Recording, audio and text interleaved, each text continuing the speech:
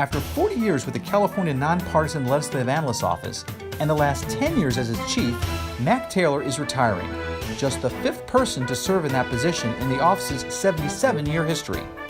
We'll ask him how state politics and public policy debates, particularly over the state budget, have changed over his time in state government, and why integrity and civility still matter when it comes to crafting good public policy.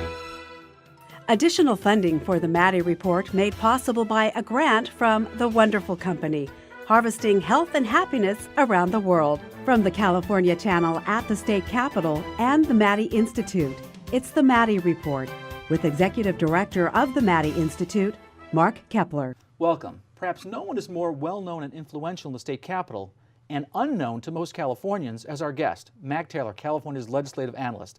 He's stepping down after 40 years with the Legislative Analyst Office, the last 10 years as its leader. I've asked him to kind of get his unique perspective on California's political process generally and the state budget in particular. Welcome back to the Maddy Report. Nice to be with you, Mark. So how would you describe the work of the Legislative Analyst Office? Well, the office was set up in 1941, and the legislature at that time— First one in the country, right. First one in the country, and I think the legislature was tired of being dependent on the executive branch. And so it wanted its own information source. So I think the two really important things about the office is that we are legislative staff serving the legislature as an institution. And we have a mission to examine the operations of state and local governments and try to come up with ideas to make them work either better or more efficiently. So my folks, we go out and we look at programs and we talk to people and we try to provide information for the legislature so they can do their oversight role. Yeah, kind of the fraud, waste, and abuse that people always focus on with state government. Not so much the fraud aspect, but the waste. Maybe how can you do things more efficiently, more effectively as a state government? Yeah, I don't think you have to go to the fraud and waste for most stuff. Certainly, state auditor can handle the. Well, no, but it's just even in our own lives and the things that we deal with, you can do things better. Right, right. It's interesting. People hear the term legislative in your title, and I think they think your office is somehow partisan, that you might do the bidding of whatever legislative party's in power. That's not it at all, is it? Well, we don't think so. The second legislative analyst, a gentleman by the name of A. Allen Post, which only old-timers will now remember, he really set up the reputation of the office as operating in a nonpartisan manner. And it's really one of the most crucial things that the way we operate. It describes the way we operate. And I've been, as you said, been here in the office for 40 years, almost equal time with Republican governors and Democratic governors. And we've done our job exactly the same way, no matter sort of who's in that position. It's interesting. The LAO is oftentimes compared to the Federal Congressional Budget Office or the CBO, but the LAO actually, your office operates a little differently than the CBO. How so? Well, like we said, we were established in 41. The CBO was created in the mid-70s, and I think they looked around and certainly looked at our office as one model that they might want to emulate. And it's a great office. They have some incredibly talented, capable people. But there's one thing that they don't do. They don't make recommendations. So that if they did a report on some topic, they might offer options, but they wouldn't recommend that, Congress, you do this. Right. And I think they felt, the drafters of the law that created CBO, I think just felt it would make it too visible, too controversial. I think it makes it more difficult. If you're making recommendations, you're sticking your head out there a little bit, and someone is not going to be happy. But we've always done that. We don't do it in every case, but we try to push to recommendations, again, to help the legislature in helping them think about what direction they might want to go. Because they can always push back for whatever, if they have reasons and justifications. Absolutely. It sharpens the decision-making process. I think that's the point. We're trying to help them make as good as decisions as possible. The LAO is probably best known for its work on the budget. And I said this to you the first time we met. I'm going to say it again the last time we meet here. A longtime Capitol reporter had a unique way of describing the work of your office, and I think this is a great quote. He said, quote, "Think of the LAO as the conscience of the Capitol. Collectively, they are the skunk that ruins the budget garden party that the governor and legislature would otherwise enjoy every year," unquote. So would you describe your role in the state budget process? Yeah. And by the way, the skunk is a compliment. Yeah, I don't know why you like the skunk metaphor here, Mark. Our role, we're primarily known for our budget role as sort of a fiscal office. It's not all. We do with policy issues too, but we always have had a strong budget role. So when the governor's budget comes out each January, one of our biggest jobs is helping the legislature understand what is in the budget, describing what's in the budget, assessing it, offering alternatives perhaps to what the governor has proposed. We also have a strong role in doing fiscal forecasts. We do expenditure, revenue, economic forecast. And we're the only office that is, in effect, a counterpart to the administration's estimating group. And I think, again, that helps the legislature have their own independent voice on those key matters. Because sometimes if you go forward, we have had governors who have kind of, I don't want to say lowballed it, but then been very conservative in their revenue estimates because they don't want to spend as much money. You can come in and say, well, wait a second, the revenues are a little bit better, or vice versa. It happened the other way, I remember, in a prior administration where they had a factor that they'd added for economic growth or something, and we're going to have $1 billion more. And I think, again, the legislature has somebody can turn to just assess those claims and sometimes offer them an alternative to them, but hopefully just help them have a richer and better understanding of what their fiscal situation is. Okay, well, more with our conversation with Mac Taylor, California's Legislative Analyst, in a moment. This is the Maddy Report. Welcome back. I'm Mark Keppler with the Maddy Institute. We're talking with Mac Taylor, California's Legislative Analyst, who's retiring after working at the state capitol since Jerry Brown was first elected governor back in 1978. Some things don't change. Puts things in perspective. You're both leaving at the same time. So can we tell us a little bit about your background? What drew you to public service generally and the LAO in particular? Well, I was a political science major in college, and like a lot of young people, you're interested in the issues of the day, the current events and things. And I was fortunate to have a professor there who showed me some internships and got me involved that way, and turned me on to public policy programs, which are master's programs that are sort of have quantitative and economic emphasis in their programs. And I think as I went through school, I got much more interested in policy than maybe in politics. You're very humble. You went to Princeton. It's a school that a lot of us, wow, that's very impressive. And then you graduate from Princeton. In 1978, you take a job with the LAO. The timing. Timing was not great. I'd accepted in the spring of that year, and then Proposition 13 passed, which were all sorts of accounts. Oh, this is going to decimate, state and local services. Turn the car around. Yeah, I'm coming across country thinking, man, I don't even have a job. Oh, man, that's pretty interesting. But the LAO was clearly an obvious choice if you were coming back to California. If you wanted to do especially nonpartisan policy work, that's one place you would certainly apply. Yes, you were more focused, it seems, on policy than politics. Yes, absolutely, and more so as I went through school. Yeah. So who appoints a legislative analyst? How does that selection process work? Is it always a unanimous selection? How does that work? Well, we actually have a joint committee, the Joint Legislative Budget Committee, that oversees the office and makes the appointment for the legislative analyst. And they've only had to do that 4 times in the 77 years. And there's no process laid out necessarily. It has to follow certain steps or anything. I think the past couple of times you've had a subcommittee that's made up of both Democrats and Republicans to try to winnow through the candidates and come up with a selection. But it's not always unanimous, no. But I would think, though, that that's an incredibly important position. And if you want to kind of have public policy discussions turn in a certain direction, there'd be a lot of pressure to get your person in as a legislative analyst. How do you keep that process kind of pure? I think the members have realized that the office is a little bit different in the way it was set up and what it does. And you'd like to think they'll do that again, because I think they realize what is required to maintain that sort of nonpartisanship. So what are some of the essential qualities that you think are important in a legislative analyst? Well, I think you could list a lot of things for anybody heading up any sort of office. I think a couple of essential ones, though. It has to be a person who has that nonpartisan background, that has either done work like that, can relate to it, and would be accepted to all parties, not just the 2 parties in the legislature, but the perception throughout state government, this is a person that we can deal with.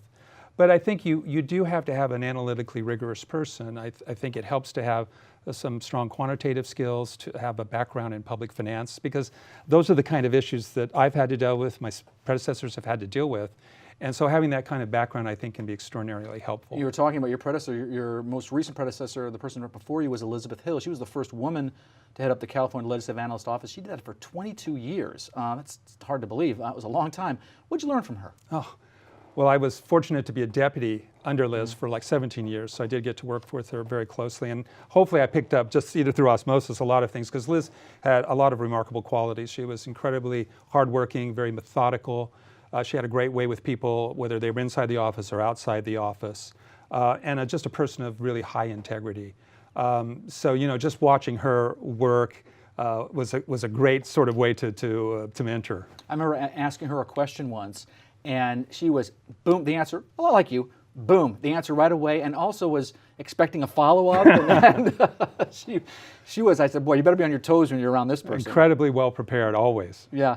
Anyone else role model for you? Well, you know, I think you learn from I've had the pleasure of working with incredibly talented people over those 40 years, both inside the office and outside in state government.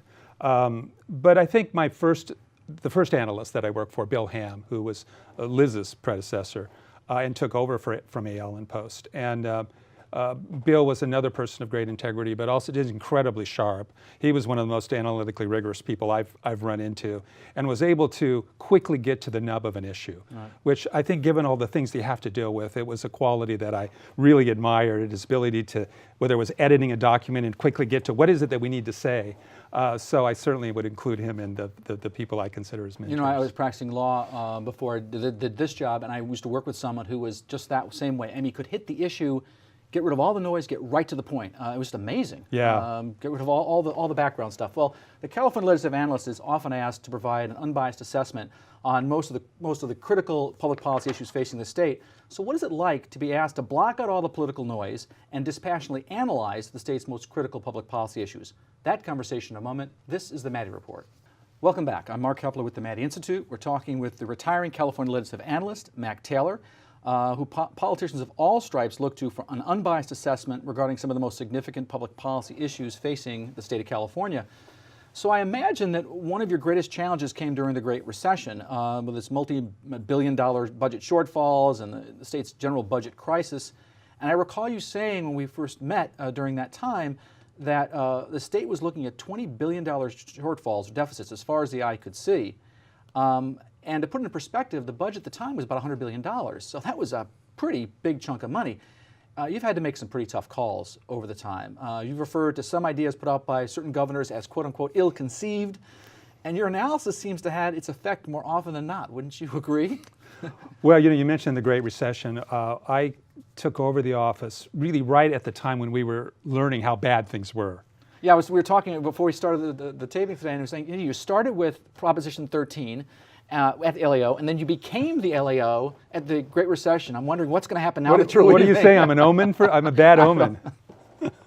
It was a really tough time, and the news just got worse and worse. $20 billion, that would have been great if that was the worst of our problems. And so you sort of felt bad. You were always going to the legislative leadership telling them, I'm sorry, you know, your problem is now even worse after you've taken all these action to correct your problem. But I hope the office was able to help in the sense of, again, providing our fiscal forecast, I think, was very helpful because they had numbers that were not just from the administration, that they could assess their situation. We talked a lot about out years and structural problems to see if your problem was going to get worse, was it getting better, to give them a little bit longer perspective. Right, it took them out of that short-term focus and, further out. And we talked a lot about the whole revenue volatility. Why were we in this situation? And we were, I think, one of the first to sort of talk about that. Some could argue that it may have gotten worse over time. It has gotten a little bit worse over time. It has. Yeah. But even just helping people understand what revenue volatility meant. Right. And then what does that mean? Well, it means you have a couple of ways to deal with it, one of which was building reserves, right, which we stressed, and we have made tremendous progress in that area. Yeah, a Sacramento Bee reporter once told me that one topic that generates the most responses from his readers were stories on California's unfunded liabilities generally, but specifically about the state's unfunded public employee retiree liabilities. The governor's talked about this thing called a structural deficit. Is that what he's talking about? No, it's a little bit different. The structural deficit typically is just comparing how much money you got coming in with your spending commitments. Okay. And typically if you're spending more and it goes on for many years, you got a structural problem, not just a one-time problem. The unfunded liabilities can be related to that issue. But the unfunded liabilities are really someone's problem from the past that is carried over to you. It means we didn't fund them when we should have, and now we have these responsibilities that you still have to take care of. There are some big ticket items there. You're talking about public employee pensions, including teacher pensions. You're talking about public employee retirement health care. We're talking billions and billions of dollars. There are billions and billions. There are hundreds of billions of dollars. But I think what people need to look at maybe a little more closely, you do need to look at the size of the numbers, but you really then need to ask, is the legislature budgeting in their annual budget? Are they providing for funds that will take care of that problem over time? So he's sort of amortizing those liabilities in the same way that you pay off a mortgage over 30 years. So we've done a lot better job, the legislature and the governor in recent years, to recognizing those liabilities and providing funding streams that will help reduce the nature of those problems. And I'm feeling we're going to be talking about this for a while. Oh, And yes, that's it's not going to go away. Whole nother but we program. have made some really good progress in recent years. Yeah. Well, let me kind of switch gears a little bit, talk about another one of the duties of the LAO, and that's to provide a financial analysis of the propositions on the California ballot. I imagine that explaining the real cost of some of these measures, particularly when they're popular, probably going to annoy some people and please others. Any particular situations come to mind, and how'd you handle it? Well, I'm not sure I want to talk about particular situations. No names. But you know, it is it's the one thing we do that's not a legislative function. We don't do it for the legislature, we do it in fact for the people as a whole, and there was responsibility given to us. And it's a really important one that we take very seriously. And we know these measures are controversial. You think about the things that have been improved in recent years, some of the more controversial things have been on the ballot. Yeah. What we do though, I think, to try to deal with it is we always meet with proponents and opponents. And we want to hear what they have to say. They typically provide us with lots of good information. We challenge them, we press them on their claims, but they know that we want to hear from them. Yeah, I got to tell you, when I was reading that about the LAO, I was kind of surprised. I thought maybe you kind of keep yourself above the fray and kind of do a dispassionate analysis and not talk to anybody. But actually, I can see the point of getting in there and hearing what is your best argument for, or what's your best argument against. Oh, we like to talk to lots of people, not just proponents and opponents. There may be other people who are more disinterested. Stakeholders. Whatever information people want to give us, and then we try to have to sift through it because oftentimes we're told exactly opposite, contrary things by the proponents and opponents. So we're going to have to find our way through it. But we certainly have found that that process, I think, helps give people confidence that we are at least listening to them. Yeah, and that means a lot. And I want to ask one last question in the segment. That is about a related issue, ballot box budgeting, the practice of making these major budget decisions by propositions. What makes these things particularly challenging is that unlike the normal budget process, these things are commonly written into the California Constitution and can't be changed unless you have another ballot measure. I mean, what are your thoughts on ballot box budgeting? It's even worse than that. Even if they're not constitutional, they're statutory, they can only be changed by a subsequent vote of the people. So it really restricts the legislature. And my concern, and what I find really to be a very bad trend, is that when we've passed tax increases on cigarettes, on cannabis, on millionaires, they've had designated ways they wanted to spend that money as opposed to just putting it into our general fund. Right. And that means those priorities that the proponents of those measures set up in that year, those are your priorities now from now in perpetuity. Forever, right. And that's just contrary, in my view, to good budgeting. Okay. Well, up next, we're going to talk about the importance of integrity and civility in the political process. That conversation in a moment. This is the Maddy Report. Welcome back. I'm Mark Keppler with the Maddy Institute. We're talking with retiring California Legislative Analyst Mac Taylor about the need, people might say now more than ever, for a credible, fact-based source of information and analysis regarding public policy issues facing the state. You know, despite the fact that the LAO has had to take some positions, recommendations that might upset the governor or the legislature from time to time, there's been very little turnover in your position. You're just the fifth legislative analyst over the last 77 years. Are you at all concerned that this hands-off approach may change in this age of hyper-partisanship? Well, I mean, I think you're always concerned just because the office is a little bit different and you are, as you said, you're in a partisan environment. So, I mean, that's always an issue that's out there. But I have to tell you, the legislature has really been great about letting us do our job. I mean, in 10 years, no member has ever called me over and in any way tried to influence the way that we did our job. So it doesn't mean that they accept what we say all the time. But they do if you agree with them. Well, if they agree with us, they like to use our as supporting evidence. But that's not the way it's supposed to work. We're supposed to present our information and they can do with it whatever they want because we're the staff. But I think that they have been great about letting us do our job and not interfering with that analytical process. That's pretty amazing. You know, Senator Patrick Moynihan once famously remarked that you have the right to your own opinion, but you don't have a right to your own facts. Today, it seems that's one of the problems, that people can't agree on just what are the facts. What do you think needs to be done to help foster a better understanding of what are the facts? Well, maybe, you know, process is really important, which is why I think you have a budget process, you have hearings on bills, and it shouldn't just be sort of pro forma things. That hearing is to help you determine what are the most appropriate facts. How reliable are we? Can we have confidence in them? And I think a lot of times we just have to understand that you know, people come at things differently. You and I might agree to 2 or 3 facts, but you might weight the importance of those facts differently.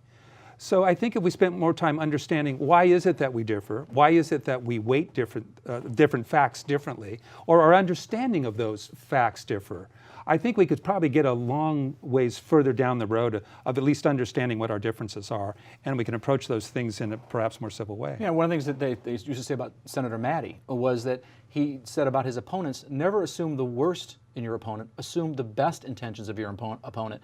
You're both aiming at point B, the same maybe goal, just have a different perspective on how to get there. You may be, you may not be, but whatever, you want to try to understand what that person is trying to do, right, and what is it the way they're going about it. I always tell, when I look for arguments that are being made by my own staff, sometimes I want them to, okay, now make the other case. Because that will show, do you really understand the other person's position, and what is the strongest sort of opposing points that help you then hopefully get closer to the truth? Yeah, we actually encourage our students to do legislative internships. If you're a Democrat, go work in a Republican office. If you're a Republican, go work in a Democratic office. One of two things are going to happen. Either one, you're going to modify your positions based on new information, or it's going to strengthen your position because you've heard the best arguments and you think yours are better. I think that's really good. So, well, let me ask you one last question. I think it's extremely important in this day and age. You've been lauded for your integrity and civility. Why do you think those are so essential in crafting good public policy? Well, that's a tough one. I think there's a lot of gray area in most public policy issues. I think when you come at it from a very partisan way, your ideology might sort of determine where you're going to be on the issue. But in fact, issues are complex. There's oftentimes not good data. And so I think it helps if you have a certain amount of humility about what you know, what you think you know. And if you have that, you're at least going to be more willing and more open to maybe someone changing your mind or slightly modifying your view to make it a stronger, better one. So I think civility is just a way of appreciating that there is much that you have that you can learn about something. And then again, you're going to treat the other person who might think differently from you with respect. What about integrity? Well, I think integrity is particularly important for the office. I think we have to have almost higher standards because in a partisan world, we need to be respected by both sides, with all players in the Capitol scene. They don't have to agree with us. They may not appreciate the way we did an analysis, but I would hope that they would feel like the analyst goes about things and they try to do things in an analytically sound way, that they're fair, that they're open to hearing from a lot of people. Wise advice from retiring California Legislative Analyst Mac Taylor. I want to thank you for being on the program, but also for 40 years of public service. Thank you, Mark. Thank you so much. If you want to learn more about state and local politics, you can follow the Maddy Institute on Twitter, Facebook, or log on to our website at maddyinstitute.com. This is Mark Keppler for the Maddy Report. Thanks for joining us.